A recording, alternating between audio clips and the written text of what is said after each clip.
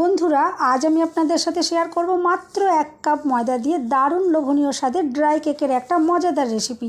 যেমন আকর্ষণীয় দেখতে, খেতেও তেমনি অসম্ভব টেস্টি। মুখে দিলেই মিলিয়ে যাবে। আর সব থেকে বড় কথা, মাত্র 10 মিনিটের মধ্যেই তৈরি করে নেওয়া যায়। রেসিপিটা ভালো লাগলে চ্যানেলটা সাবস্ক্রাইব করে আমার পাশে থাকার অনুরোধ রইল। নমস্কার বন্ধুরা, আমি পাপড়ি পদ্মাবতী ফুড ক্রিয়েশনে আপনাদের সবাইকে স্বাগত। প্রথমে এখানে লাগছে একটা ডিম। আমি প্রথমে ডিমটা এভাবে ভেঙে একটা বোলের মধ্যে নিয়ে নিলাম। এরপর এখানে দিয়ে দিচ্ছি কাপের হাফ কাপ গুঁড়ো চিনি। আপনারা চাইলে কিন্তু গোটা চিনিও দিতে পারেন, সেক্ষেত্রে একটু সময় বেশি লাগবে মেশাতে। আর দিয়ে দিলাম স্বাদ মতো অল্প করে একটু নুন, আর দিয়ে দিচ্ছি 2 চামচ মতো সাদা তেল। সব কিছু প্রথমে আমি এবারে খুব ভালো করে মিশিয়ে নেব। আমি মিনিট 2 সময় নিয়ে খুব ভালো করে এভাবে ফেটিয়ে নেব, যাতে ডিমটা ভালো করে ফেটানো হয়ে যায় আর চিনিও খুব ভালো করে মিশে যায়। আর এভাবে যখন খুব ভালো করে মেশানো হয়ে যাবে, তখন দেখে মিশ্রণটা দেখে বুঝতেই পারা যাবে এর কালারটাও চেঞ্জ হয়ে আসবে আর একটা ক্রিমের মতন হয়ে যাবে। মিনিট 2 হয়ে গেছে। এবারে আপনারা কিন্তু দেখে বুঝতেই পারবেন এর কালারটা চেঞ্জ হয়ে গেছে আর ক্রিমের মতন হয়ে গেছে। এরপর আমি এখানে দিয়ে দিচ্ছি 1 চামচ মতো ভ্যানিলা এসেন্স। এতে ফ্লেভারটা ভীষণই ভালো আসবে। আর না থাকলে আপনারা এখানে এলাচের গুঁড়ো দিতে পারেন। এরপর আমি এখানে দিয়ে দিলাম 1 কাপ ময়দা। ময়দার পরিবর্তে আপনারা কিন্তু আটা দিয়েও করতে পারেন। এরপর একটু ভালো করে আমি মিশিয়ে নিচ্ছি। আর আমি এখানে দিয়ে দিলাম ওই কাপেরই 3 ভাগের 1 ভাগ সুজি, আর দিয়ে দিচ্ছি 1 চামচের একটু কম বেকিং পাউডার। এরপর একটু ভালো করে আমি এভাবে একটু মিশিয়ে নিলাম। আর নেবার পর আমি এখানে দিয়ে দিচ্ছি 2 চামচ গুঁড়ো দুধ। এতে কিন্তু খুব ভালো একটা টেস্ট আসবে। এরপর সব কিছু আমি একটু হাত দিয়ে মিশিয়ে নেব। এরপর চামচ দিয়ে আর ভালো করে মেশানো যাবে না। আমি এভাবে হাত দিয়ে একটু মেখে নিচ্ছি। এভাবে হাত দিয়ে মেখে একটা ডোয়ের মতো আমি রেডি করে নেব। আর বন্ধুরা, এই রেসিপিটা কিন্তু বাচ্চাদের জন্য খুবই একটা উপযোগী হবে। বাচ্চারা কিন্তু ভীষণই পছন্দ করবে। আর শুধু বাচ্চা কেন, বাড়ির বড়দেরও ভীষণই পছন্দ হবে এই রেসিপিটা যদি একবার তৈরি করেন। আমি এখানে একটা ডোয়ের মতো রেডি করে নিয়েছি। এখান থেকে এবারে অল্প অল্প হাতে এভাবে একটু করে নিয়ে নিয়ে আমি কেকগুলো রেডি করে নিচ্ছি। আপনারা কিন্তু আপনাদের পছন্দ মতন যে কোনো শেপেরই তৈরি করতে পারেন। আমি এই শেপ এভাবে দিয়ে তৈরি করে নিচ্ছি। আর এই রেসিপিটা তৈরি করতে কিন্তু একদমই সময় লাগে না। মাত্র 10 মিনিটের আগেই কিন্তু এই রেসিপিটা তৈরি হয়ে যাবে। এটা আপনারা বাচ্চাদের স্কুলের টিফিনে দিতে পারেন, বা এমনি সকালে বিকেলে চা খাওয়ার জন্য এটা আপনারা ইউজ করতে পারেন। এভাবে আমি সমস্ত কেকগুলোকে রেডি করে নিচ্ছি।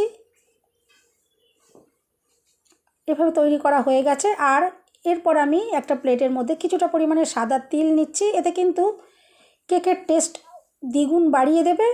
আমি এবারে এক একটা করে স্ন্যাক্স এভাবে হাতে নিচ্ছি আর এই সাদা তিলের ওপর এভাবে কোট করে নিচ্ছি।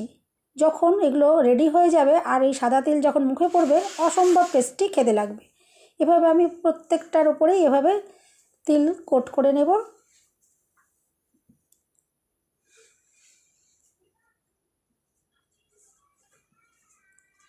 এভাবে দেখুন প্রত্যেকটাই আমি রেডি করে নিয়েছি।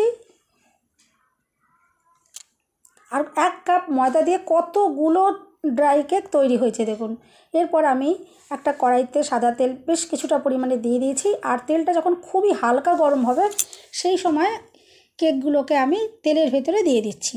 আর গ্যাসের ফ্লেম কিন্তু একদম লোতে রেখেই এগুলোকে আমি ভেজে নেব।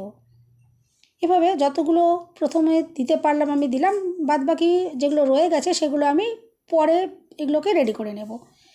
এভাবে কিছুক্ষণ গরম তেলে দেওয়ার পরে আস্তে আস্তে খেয়াল করতে পারা যাবে যে এই কেকগুলো সাইজে অনেক বড় হয়ে যাবে, ডবল হয়ে যাবে। আর দেখে আপনারা বুঝতেই পারছেন আগের থেকে এগুলো কতটা বড় হয়ে গেছে। এইভাবে লো ফ্লেমেতেই আমি এগুলোকে রেডি করে নেব। এক পিঠ যখন খুব ভালো করে ভাজা হয়ে যাবে, তখন আমি অপর সাইড উল্টে দেব। এক পিঠ খুব ভালো করে হয়ে গেছে আর কালারটা কতটা সুন্দর দেখতে লাগছে আপনারা দেখে বুঝতেই পারছেন। এবার আমি অপর সাইড উল্টে দিলাম। আর এভাবেই আমি উল্টে পাল্টে খুব ভালো করে এগুলো ভেজে নেব। আর দেখতে কতটা দুর্দান্ত লাগছে সেটা তো আপনারা দেখতেই পাচ্ছেন, কিন্তু খেতেও ভীষণই টেস্টি ও মজাদার। অবশ্যই বাড়িতে এভাবে একবার আপনারা ট্রাই করতে পারেন, ভীষণই ভালো লাগবে।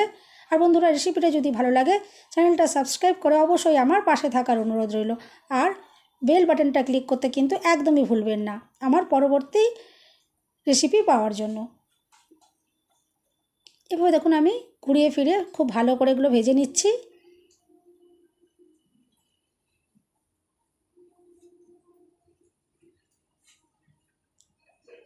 আর 7 থেকে 8 মিনিটের মধ্যেই কিন্তু এগুলো ভাজা কমপ্লিট হয়ে যাবে। এভাবে আমি তুলে নিলাম। আর এগুলো তুলে রাখার পর কিন্তু সুন্দর মুচমুচে রেডি হবে। প্রথম অবস্থায় কিন্তু একটু নরম লাগতে পারে। এভাবে আমি সমস্তগুলোকে ভেজে রেডি করে নেব।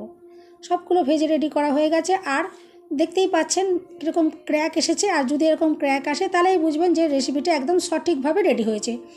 এবার আমি ভেঙে দেখাচ্ছি, দেখুন কতটা ভেতর থেকে একদম খাস্তা তৈরি হয়েছে। আপনারা এটাকে বিস্কুটও বলতে পারেন বা পিঠেও বলতে পারেন। আর আমি ভেঙে দেখাচ্ছি, দেখুন কীরকম হাতের সাথে একদম গুঁড়ো হয়ে যাচ্ছে, এতটাই